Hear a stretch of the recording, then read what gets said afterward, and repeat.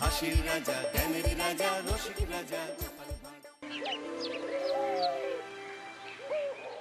কি আজকে এত বেলা হতে চললো, কিন্তু সবাই এখনো পর্যন্ত এলো না। এই সব হলো কুড়েমির লক্ষণ মহারাজ। আপনি একদিন যারা যারা দেরি করছে তাদের চাপকে দেবেন, তাহলেই সব সিধে হয়ে যাবে। আর বলবেন না মহারাজ, আজকে গিন্নি কাঁচা লঙ্কা দিয়ে কুচো চিংড়ির ঝালটা যা বানিয়েছিল না, খেতে খেতে দেরি হয়ে গেল।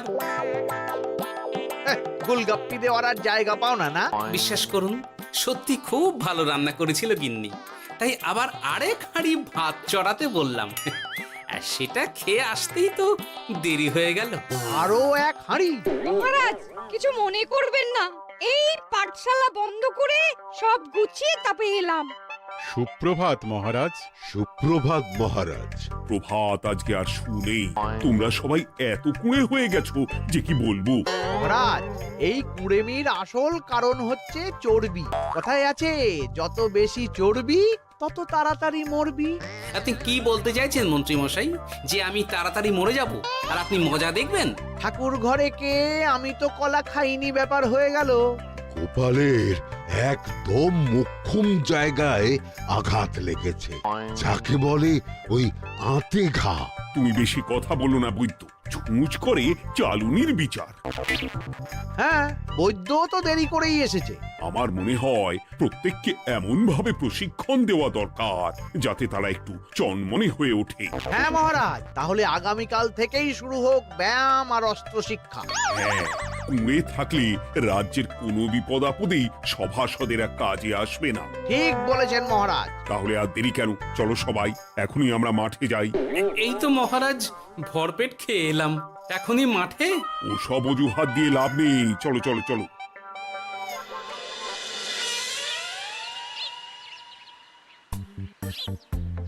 এবার সবাই সারিবদ্ধভাবে দাঁড়িয়ে পড়ো।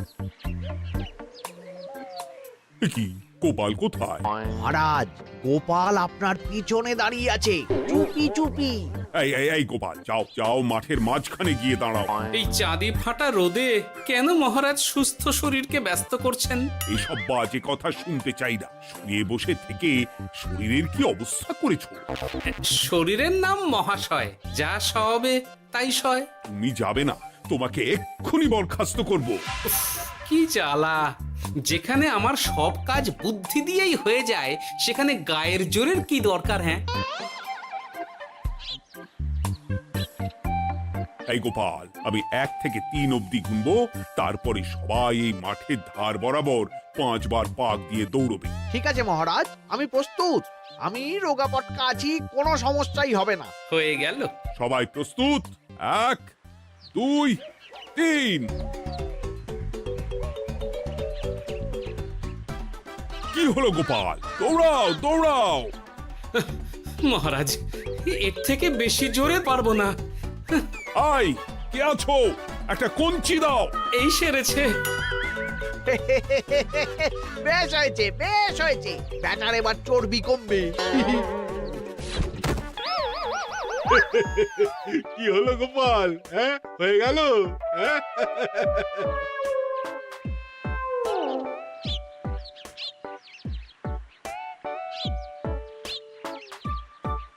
এই উল্টে উঠি, আমাদের দাদু উল্টে গেছে।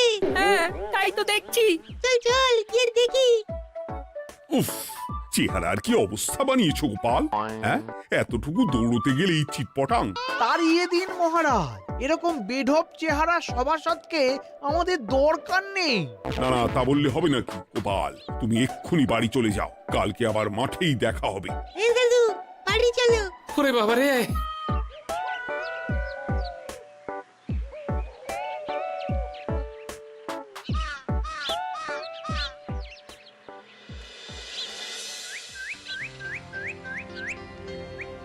আরে ধুর ছাতার মাথা, তখন থেকে জল খেয়েই চলেছ। কি হয়েছে সেটা বলবে তো? শরীর চর্চা হয়েছে, শক্তি খরচা হয়েছে, আর পারছি না। উফ, বাপরে বাপ, কি পায়ে ব্যথা! এই জন্যেই আমি বলি বাপু, একটু বপুটাও নড়াও, কিন্তু কার কথা কে শোনে? ওরে বাবা, অকারণে সুস্থ শরীর ব্যস্ত করব কেন বলো তো? বেশি নড়াচড়া করলেই আয়ু কমে যায়। তোমার এই বাজে কথা কোন শাস্ত্রে লেখা আছে শুনি? শাস্ত্রে কেন যাব, বাস্তবে জলজ্যান্ত উদাহরণ আছে। আমি মানতে পারছি না। হুম, মানতে পারছি না বললে তো হবে না, তোমাকে মানতেই হবে। বেশ, প্রমাণ করো।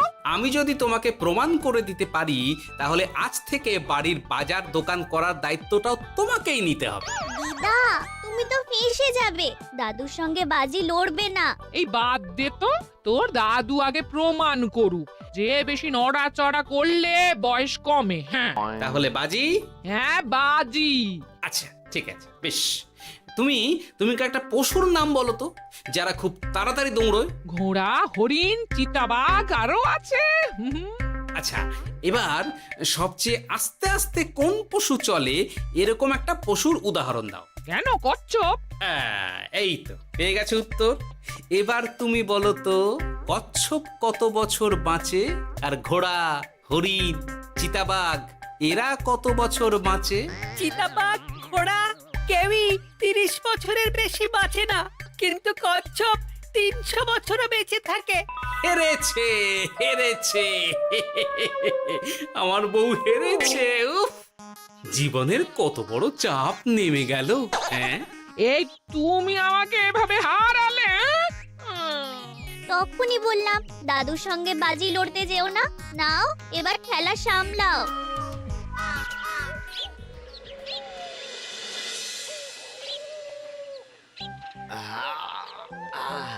আরো ভালো করে মালিশ কর। আজকে ছোটাছুটি করে পা দুটো বেশ ব্যথা ব্যথা করছে। কালকে তো আবার অন্য পরীক্ষা।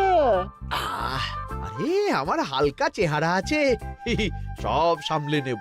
কালকে তো অস্ত্র চালনা হবে, কালকে আমি কাঁপিয়ে দেব। কাঁপাতে তো হবেই মন্ত্রী মশাই।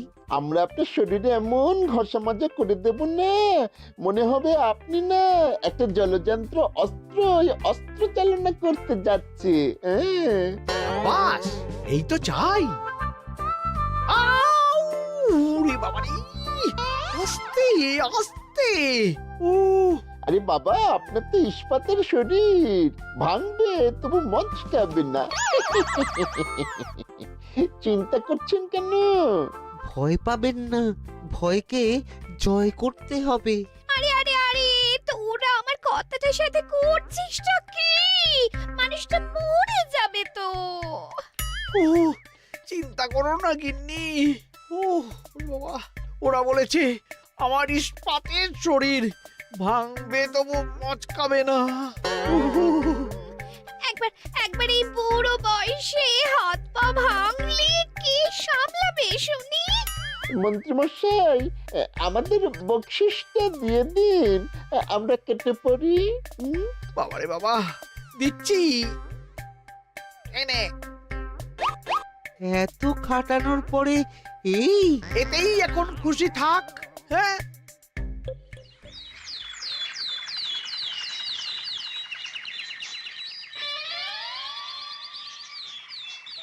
এবার তোমাদের সকলকে অস্ত্র শিক্ষা দেওয়া হবে। উফ, রোজ রোজ কি জ্বালাতনে পড়েছি, বাপরে বাপ। বাবা মা কাউকে ডাকার দরকার নেই, ভালো না লাগলে রাজসভা চাকরি ছেড়ে চলে যাও। মহারাজ, এটা তো উচিত নয়। যে যেটাই পারদর্শী তাকে সেটাই করতে দিন না। একটা বাঁদরকে যদি আপনি বলেন শিকার করে মাংস খেয়ে দেখা, সে কি পারবে মহারাজ? মহারাজ, গোপাল একটু বেশি কথা বলছে, ওকে আপনি বের করে দিন। আমি তোমার কথায় গলবো না গোপাল, তোমাদের সবাইকে এখন অস্ত্র শিক্ষা শিখতেই হবে। কর্তার ইচ্ছায় কর্ম, এখন তো আমার আর কিছুই বলার নেই। তাহলে আর দেরি কেন, তোমরা সবাই একটা করে ঢাল আর একটা করে তলোয়ার তুলে নাও। সেনাপতি, বলুন মহারাজ। তুমি সকলকে অস্ত্র শিক্ষা দেবে, তলোয়ার চালানো শেখাবে। এক এক করে প্রত্যেকে তোমার কাছে যাবে আর এক এক করে তুমি সবাইকে তলোয়ার চালানো শেখাবে। আচ্ছা মহারাজ, তাহলে ওই সবার প্রথমে চলে আসুন মন্ত্রী মশাই। হ্যাঁ, আমি প্রস্তুত। আমার শরীর ইস্পাতের মতো, ভাঙবো তবু মচকাবো না।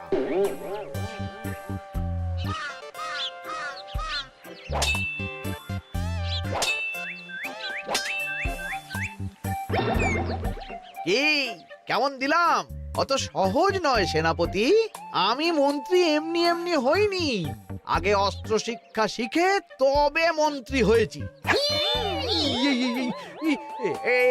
এটা কি হলো? হ্যাঁ, আপনি অস্ত্র শিক্ষায় পারদর্শী, কিন্তু আরো বিচক্ষণ হতে হবে।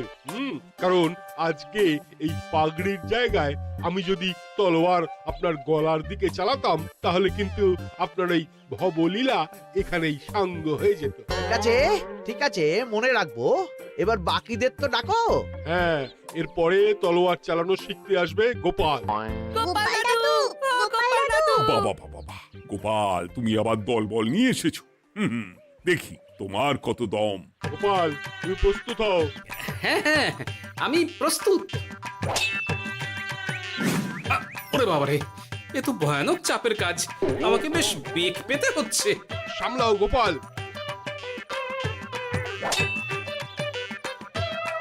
না, আমাকে অন্য রাস্তা দেখতে হবে। সেনাপতি, মহারাজের দিব্যি, তুমি আমার দিকে তলোয়ার ঢাল বাড়াবে না। এই এই, এটা কি হলো? সত্যি তো, এটা কি হলো? গেল গেল গেল গেল গেল গেল গেল, দুটিটা খুলে গেল গো। দেব নাকি এবার কুচ করে কেটে? জিতে গেছি, জিতে গেছি। এটা কি হলো? শত্রুপক্ষ কখনো কারো দিব্যি শুনবে না। আর সেনাপতি, তুমি কি ওখানে দাঁড়িয়ে দাঁড়িয়ে মজা দেখছো? আমি কি করব মহারাজ, গোপাল যে আপনার দিব্যি দিয়ে দিল। গোপাল বেটা খুব চালাক। তাহলে এখন উপায়? ওসব গোপাল তোমাকে বোকা বানাবার জন্য করেছে। তুমি ধুতি ঠিক করে আবার লড়াই চালিয়ে যাও। যথাজ্ঞা মহারাজ।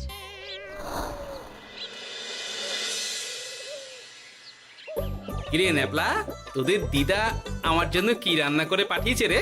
এই তো ভাত, আলু সেদ্ধ, এই পুঁই শাকের ঝোল আর রুই মাছের ঝাল। আর তোদের যে তোষক, বিছানার চাদর আনতে বলেছিলাম, এনেছিস তো? ওই তো দাদু, কুটির গুলটে আর বাকিরা সবাই ধরাধরি করে নিয়ে আসছে। ব্যাস, তাহলে তার কোনো চিন্তা নেই। খেয়ে একটা জব্বর ঘুম দেব, কারণ এখানে যা রঙ্গ দেখছি তাতে বিকেল হয়ে যাবে। তলোয়ার শিক্ষা আজকের মতন এইটুকুই থাক। এবার শুরু হবে বল্লম শিক্ষা। সবাই আবার আগের মতন সারিবদ্ধভাবে দাঁড়িয়ে পড়ো। আহ, তোদের দিদা পুঁই শাকটা কিন্তু বেশ জব্বর বানিয়েছে। তোদের দিদার হাতের রান্নার কোনো তুলনাই নেই। আহা, কি স্বাদ! এ কি, গোপাল আবার কোথায় গেল? এই তো মহারাজ, আমি এখানে ওই পুঁইয়ের ঝোল আর রুইয়ের ছাল দিয়ে ভাত খাচ্ছি। এসব কি মাঠের মধ্যে খাওয়া? আরে শরীরটাকে তো রাখতে হবে। তাড়াতাড়ি খেয়ে এইদিকে এসো। আসছি আসছি আসছি।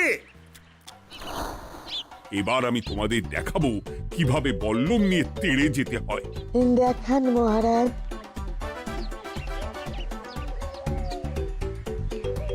এ তো খুবই সোজা মহারাজ। ঠিক আছে, তাহলে বল্লম নিয়ে তেড়ে যাও দেখি। দিন, আপনার হাতের বল্লমটাই দিন।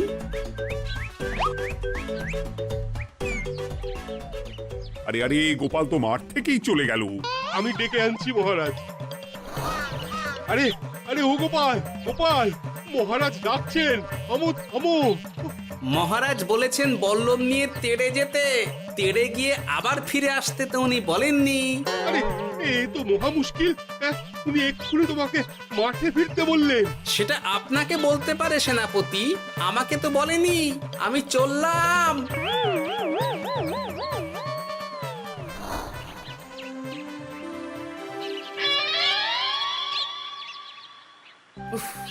বাবা রে বাবা, কি ঝক্কি! অনেক বুদ্ধি করে মাঠ থেকে খাটে চলে এসেছি। আমি আর উঠছি না। এ কি বলি, তোমাদের তো এখন অস্ত্র শিক্ষা নেওয়ার কথা। হ্যাঁ, তোমার বলা নেই, কোয়া নেই, অমনি বাড়ি চলে এলে। আরে বাবা, ওইসব অস্ত্র শিক্ষা মানেই সুস্থ শরীরকে ব্যস্ত করা, অসহ্য খাটনি, অযথা কষ্ট। কষ্ট করলে তবেই কেষ্ট পাওয়া যায়। হ্যাঁ, তোমায় আমি আগেও বুঝিয়েছি, যেখানে বুদ্ধি কথা বলে সেখানে দেহের শক্তি নীরব দর্শক গিন্নি। আরে বাবা, সে না হয় বুঝলাম, কিন্তু মহারাজ তো ভালোর জন্য সবাইকে অস্ত্র শিক্ষা দেওয়ার চেষ্টা করছে না? আরে বাবা, যার যা কাজ তাকে সেটা করালেই পারে। মহারাজ তো সেটা বুঝতেই চাইছেন না। আমি এখন ঘুমোবো।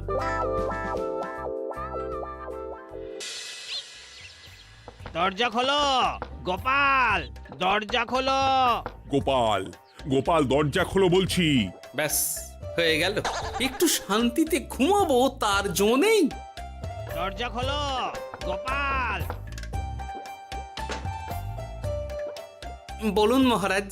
তুমি কি পেয়েছোটা কি গোপাল?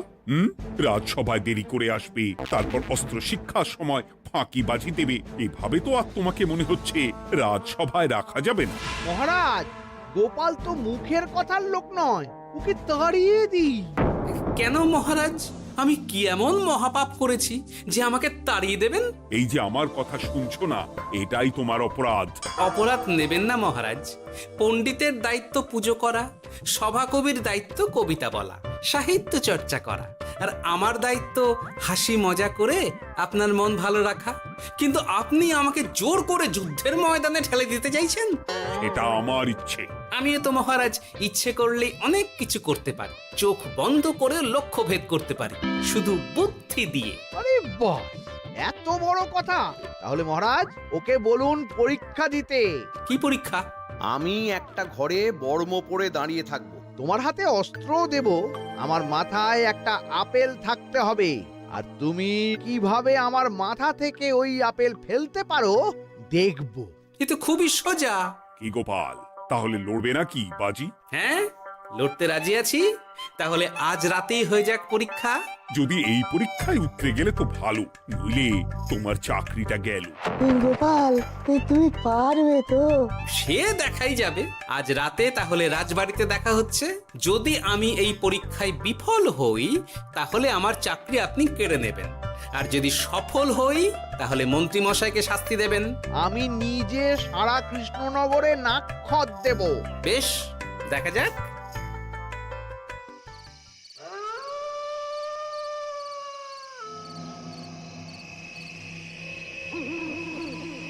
কি মন্ত্রীমশাই, ব্যবস্থা সব ঠিকঠাক হয়েছে তো? হ্যাঁ, এবার শুধু গোপালের পরীক্ষার পালা। আমি তাহলে বাইরে গেলাম, গোপালকে পাঠিয়ে দিচ্ছি।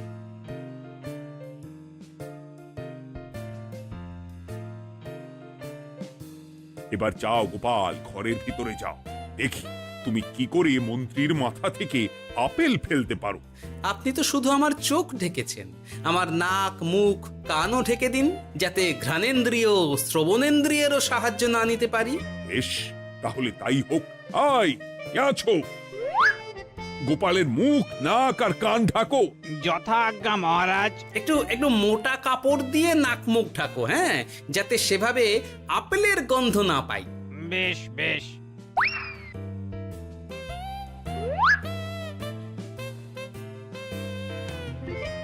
যাও গোপাল। গোপাল, এবার তোমার চাকরি গেল। এবার তুমি কি করবে? কি করবে? দৌড় ঝাঁপে ফাঁকিবাজি? হ্যাঁ?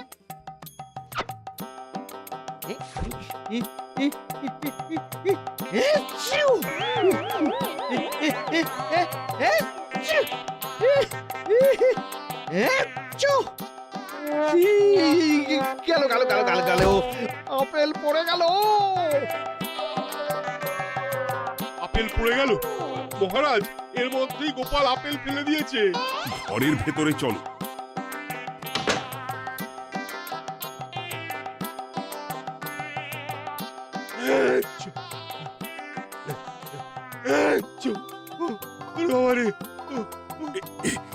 কি ওরে বাবারে বাবা, কি ঝাঁজ! ওরে বাবারে বাবা। কি মহারাজ, দেখলেন তো গোপালের চমক? অস্ত্র ছাড়াই আপেল ফেলে দিলাম। কি, এটা তো তুমি নীতি বিরুদ্ধ কাজ করেছো। সারা ঘরে নস্যি ছড়িয়ে দিয়েছো। মহারাজ, হাত থেকে আপেল পড়ে গেছে। এবার সারা কৃষ্ণনগরে নাক্ষত দিতে হবে। সত্যি সত্যি গোপাল, বুদ্ধি তো তোমার জুড়ি মেলা আভার। আমার নাম গোপাল ভাঁড়, একটা কথা মনে রাখবেন, কেউটে সাপের লেজে পা দেবেন না, আর গোপালের কাজে বাধা দেবেন না। যে কাজ বুদ্ধি দিয়ে করা যায় তার কাছে শক্তি ছোট্ট শিশু মাত্র।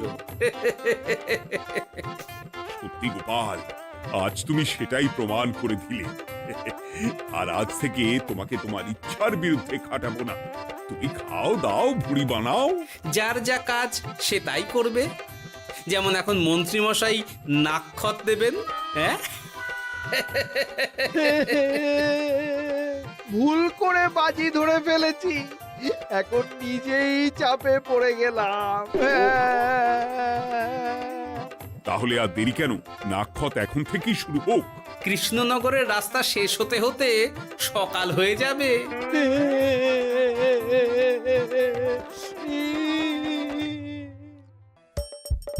হাসির রাজা, জ্ঞানের রাজা, রসিক রাজা।